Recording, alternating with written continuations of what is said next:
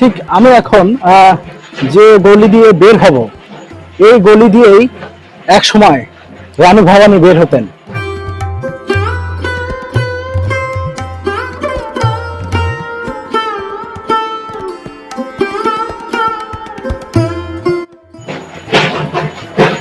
এই পাশেও কয়েকটি ভবন রয়েছে।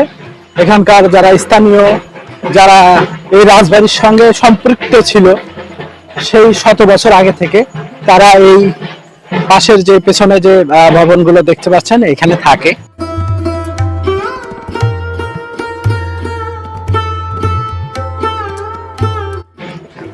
ঠিক আমি এখন যে গলি দিয়ে বের হব, এই গলি দিয়েই এক সময় রানী ভবানী বের হতেন, বা রানীর গলি, বা এখানে থেকে বের হয়ে সেই পুকুর ঘাটে, যার শান বাঁধানো যে পুকুর ঘাট রয়েছে সেই পুকুর ঘাটে যেতেন এই গলি দিয়ে বের হয়ে, হয়তোবা ঠিক শত বছরের সেই গলি এখনো রয়েছে।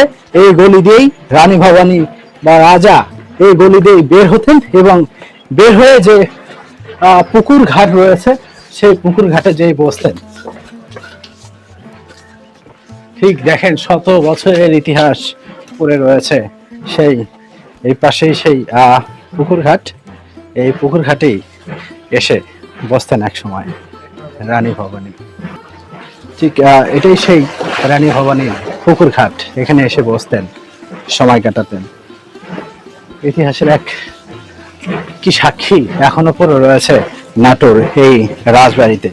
নাটোরকে বলা হয় ইতিহাস এবং ঐতিহ্যের শহর। এই গলি দিয়েই রাজা হেঁটেছেন, রানী হেঁটেছেন, তার যারা সহকর্মী ছিল তারাও অনেক সময় হেঁটেছেন এখান দিয়ে। কত আধিপত্য ছিল, কত রাজার ক্ষমতা ছিল, আজ তারা নেই, কিন্তু তাদের সেই ভবনগুলো এখনো এইভাবেই পড়ে রয়েছে। দেখেন এখানে যারা থাকে